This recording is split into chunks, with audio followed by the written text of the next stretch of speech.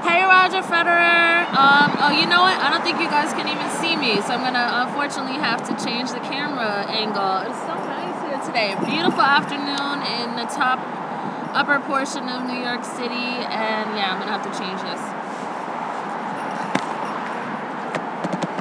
Is that better? Yeah. Alright, for those women out there who are looking at this video and noticing that my eyebrows are completely scary, just know that I'm actually growing my eyebrows in so that they can be done properly. So anyway, some of you probably don't even care about that. So I'm going to get on. Roger, you know, the usual. Congratulations at Shanghai and stuff. I, saw yesterday that Murray was able to surpass you, but, no big deal. No big deal. I hope to see the match so that I can make another video on this, but just like you normally do, Roger, you just keep moving on, keep going on to the next match. And actually, off the top of my head today, I don't know where you're going next, but I'm just wondering. Oh, you're going to Basel, right? Oh, congratulations! You get to go home. That's awesome. So good. Time to, sort of recharge, refresh, while you're there, just draw up the roots of your, home territory. And they say, I'm not sure exactly where you were born, if you were born in Basel, but it's actually interesting because they say, well, I don't know, I heard someone say this one time, it's very interesting, but, you could get a lot of strength from the area that you were born, because that's actually where you were produced, like while you were in your mother's stomach and stuff like that. And the original internal time clock that you have would most likely be accustomed to that time zone and that area, because that's where you actually were formulated, in your mom's stomach. I don't know where your mother was at the time, but I'm just talking anyway. Yeah, it's very interesting, because if you were there in Basel or in Switzerland, I guess at the time you were formulated there, it is a good way, some people believe, to try to kind of be able to be, how could you say, recalibrate yourself, recenter yourself, and just draw from your hometown, like recharge, recenter, and just really draw from your hometown. And one meditational practice too. I don't know if you're like into meditation, but it's awesome. If you can tolerate meditation, it's great. If you can't tolerate it, you should try. I'm saying people in general should try, but because it is an amazing just recentering, repowering, refueling, deep refueling. I don't mean like just going home and getting a good night's sleep. I'm just talking about everything, like just recharging, just completely recharging everything in the body. So, if you can do that, I think go out and, one great meditational things is to just go out put your feet in the grass. Do it in your hometown too, Roger, seriously. I mean, it can't hurt. Go in your hometown, giving all this talk that I said, go there, put your feet in the grass while it's still warm there, because it's warm here today in New York. It's like 70 degrees. Maybe it's still really, a little bit warm in Switzerland, and just go out in a quiet moment and put your bare feet in the grass and just reconnect with that home turf, the place where you're from. I don't even really know if you're fully from there, but I believe you are. So, just one really good exercise to do is just to stand in the grass and really focus on your breathing, bring it in, bring it out, and then just take your energy and sort of through your feet, just sort of reach some of your energy down, and feel yourself on the earth, feel yourself supported by the earth, and let your, as if you were growing roots. This is like a really typical meditational practice, and it'll take you through. That's really effective. And as if you were growing roots You send your roots all the way down through the earth, and you just feel the connection. You send it all the way down into the core, into the center of the earth, and just stand there at center and just stay breathing. And you be surprised. I know it sounds very airy-fairy, probably what I'm talking about, but you'd be surprised how unbelievably powerful that meditation is. And the way I kind of just rushed sort of a rush definition of it or whatever probably takes away from it more than adds to it. But you are sending down your connection to the earth. You're feeling a sense of unbelievable power, and you're getting the actual centering and the truth from the earth, which is that, the earth is here and it's completely supporting us, and we're completely supported. And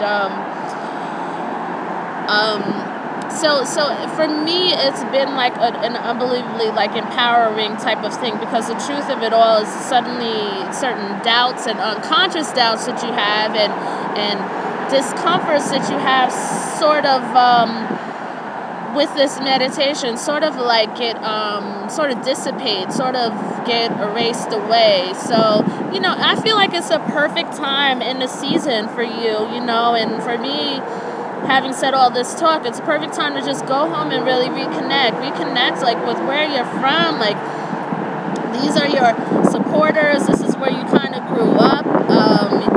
I know that you definitely spent some time living in Basel, but I don't know if you were born there. But if you were born there, like, you should really draw on that hometown cradle,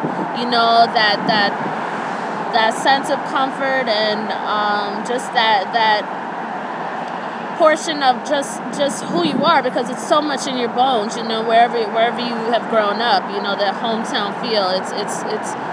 It's what you took out into the world. It's what it's who you are and took out into the world, and been able to etch your place, or eke a place out into the world. So going home and recharging will probably be one of the best things for you, Roger, right now.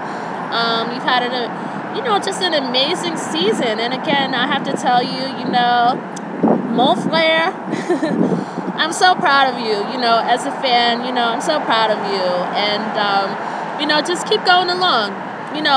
6'4" with Murray for me isn't so bad. I read somewhere that he got points on your serve frequently, but it's something more than just going back and looking at the match. For me is like getting control of it, seeing that you didn't make so many mistakes, seeing the other player, he's a good player, but he's not so good at the same time. I'm not dissing Murray, but I'm just saying, like, for me, like, I feel like watching matches that you've lost would help you like get a sense of power, and not be thrown off into like a doubt or some sort of complex that I think someone would get otherwise. So to see yourself in the match, to see how well you perform up against the other person and stuff like that, and just see it from a bird's eye view is always better. So I don't know if you are doing that. I imagine, I've said it in my other videos, maybe you've done it already. So that's really cool. And then lastly, I saw an awesome quote somebody put on Facebook. I follow a few people who are just totally enamored of you, Roger. Like, every single day they put out a new picture of you on Facebook, a couple times a day, different pictures of you, and different quotes of you. Like, people are so unbelievably dedicated to their love of you,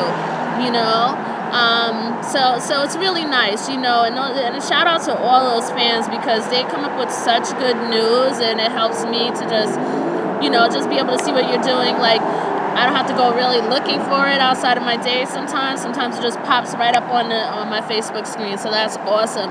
But someone put a great quote yesterday on how you were talking about tennis, and how the media doesn't fully understand it. They don't understand, like, the definition of success in tennis doesn't always mean winning. Now, winning is great. Winning makes sense in a lot of ways, but you can, like I saw in that quote, like you said, I was proud to see that you were saying, like, this is what I love, and sometimes it's worth going back you know, to the point of asking yourself, like, why did I start playing tennis in the first place? You know, because I loved it as a child, you know, something to that extent. So I was really glad to see that. You know, I've talked about that in some of my videos, and I'm so glad to see, you know, that is something that resonates with you, and that's just something that you believe in, that obviously, you know, that seems to be working for you. So I'm really glad about that, and I think, you know, that's the right attitude to keep, and that you will continue on to win and do an amazing job, as long as you are just, you know, keeping yourself grounded with what's the love for tennis, you know, like, that's the other half of going home and feeling grounded and doing this meditation and stuff like that. But the overall whole concept is going back to who you are and what this means to you in your heart, in your soul. You know, what does this really mean to you? And from there, you could draw the strength to win. From there, you could draw the strength to actually surpass people, to actually bounce back after, you know, like a bizarre loss or something like that, to be able to continue on and to rack up your wins, and just, you know, treat each tournament like it is just one battle in the entire war. And again, you know, I don't like to really use the word war, but it's kind of like the best sort of analogy here. Like, it's, you know, these tournaments are just like one battle in the entire war. You have an amazing legacy. I believe that you have such a long way to go in your career, as far as you want to take it. You're ahead of these guys skill-wise and longevity-wise as well, you know. And these guys behind you, the Murrays, the Djokovic's, you know, they'll be able to go far because you created, maybe for lack of a better word, like sort of that consciousness, you know. And I know that other players have done it, but I know other tennis players have gone to these lengths in their career before, but I believe that you're taking it to another level with how high you are performing and with your records and things like that, obviously. So it feels like, you know, you're defining a new level of what can be done in tennis and how long you can take this. So how you were saying a couple weeks ago, or sometime this summer, you were saying how surprised you are that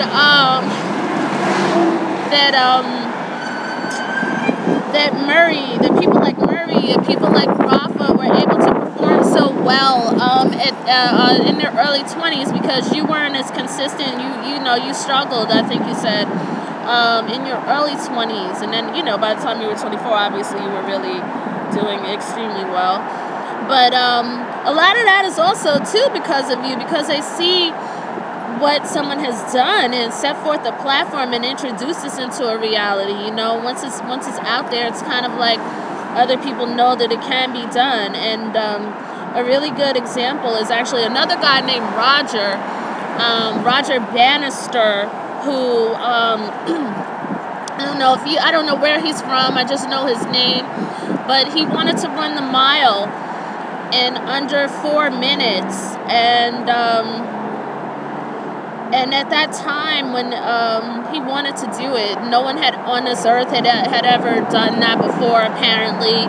And he decided that he really wanted to do it. So it was like, you know, something really, really unheard of. And then Roger Bannister worked really hard, and he broke the mile. He did it under 4 minutes, and he ran it under 4 minutes. And then after he had done that, which seemingly was impossible before he had done it, then there were about, I don't know, there were like tons more people who started breaking it, and then more and more and more and more. So what was seemingly unattainable previously, seriously unattainable, was no longer that way, because he introduced a new sense of consciousness, a new reality, you know. And I know these words, consciousness and reality, could be like a little airy-fairy, but, you know, I don't have any better words to use. So, you know, Roger, it's all good. You're doing well. It's a really strong finish. You made it. It was the semifinals. You made it too. So you're really still, this late in the year, Roger, making it very deep into the tournaments. You should be extremely proud of yourself. And I have to say, I want to send out some extra big hug to you, Roger. Extra big hug to Mirka and your family because of having to deal with that crazy threat. I can imagine how you feel and how you had to deal with stuff like that. And as a man of the family, as the head of the family as well, that's additional pressure. I feel like, additional pressure because you're the leader of the family, for the, in general, the man is the leader of the family in general. And, it's just a lot of pressure, a lot of extra stuff to deal with. So you make sure, I don't know if I'm so glad you just, let Mirka and the girls go back to Dubai personally, as if I were your friend, because that was the first decision I would make personally if I were you. I would completely not have my family there. I don't know, what your motivations or your decisions were, but I, just want to send you some extra support, knowing that you had to deal with something so weird, bizarre, difficult, and for me, I don't know how you felt, but for me, that would be a little scary because, first of all, it was so random. Secondly, you're not even a person in this world that anyone, who in the world would want to, knowing what everyone knows of you, of course, I don't know you personally, but knowing what everyone knows of you, my God, it's so random out of all the people to threaten Roger Federer. It's just weird. And I'm not saying that because I really like you as a fan. I'm just saying that because of what you do in the world, of how you carry yourself, just as a person, even if I didn't care for you, as a fan, it's still so bizarre to choose you out of everyone, but no one deserves that, but I'm just saying it. So the randomness of it, just the whole thing was really scary because it painted a picture of someone who was just really irrational. But anyway, I'm sure this is very unpleasant, so I don't want to spend a lot of time talking about it, but I want to send a lot of extra support for you and just acknowledge, my God, how much you have to deal with and still keep on a straight face in public. I really feel for you sometimes, and I'm sure you're handling it well, but and thank God, everything worked out all right, really, because we were praying. A lot of fans we were just praying. We knew that everything was going to be okay, but we were just praying anyway and just, really supporting you, in prayers and energy and stuff like that. So, anyway, you're doing an amazing job again. It's the end of the season. You had to deal with a lot of shit, to be quite honest, especially, being so far away, being in a country, maybe, I know you've been to Shanghai before, I know you've been to China before, but, maybe it's not like maybe it's like Europe where you tour heavily and you're there, and you have a family network where you could or a friends network, and I don't really know you or anything, but I imagine that, possibly in China, you don't have to go there as much to Asia as you do in Europe, so maybe that was even a factor, feeling a little bit more, just a little dislocated, possibly. I don't know. Anyway, so look, I'm so glad everything worked out. Sending extra energy for you. Acknowledge all that you've been through this season. You made it deep in this tournament, despite all the weirdness that had to go on. My God. And I just give you huge kudos. Really huge kudos. And just remember everything that you've been dealing with. But it's time, Roger. Back to the lab. Go home, recharge. And yeah, if you have time and you think that meditation is a really good thing, trust me, it is. It's really awesome. And again, you just sending, as if roots are kind of growing out of your feet, send that all the way down into the earth, all the way down, and feeling the earth, feeling the energy and the stability of the earth, and you just bringing it up those same roots, and you're exchanging your stability, your thoughts, and everything down into the earth, and you're bringing up the good, the stability, and the nature of this earth, because it's a supportive system in a lot of ways. The way the earth grows the trees, and the trees give off oxygen, and and the trees bear fruit for us to eat, like the earth, in the way that the earth is supported by the holding water. I mean, there's so many things you could think of, but when you really connect with it on that level, it really erases a lot of mental noise. So I definitely encourage you, while you're home again in Basel, in your hometown and all those wonderful things, this is a real time to really take a real few days, or a couple of, pointed periods in the day to really sort of draw on that. So it's going to refresh you, for the rest of this season, I believe. So, I absolutely can't wait, for you to be in London again. And I really just want you to kick ass all the way. And I think this is the time of year, with everything, Murray's probably getting a lot of, excuse me, probably getting more comfortable with himself, and for him it would be the perfect end to this season, but who cares about perfection for him?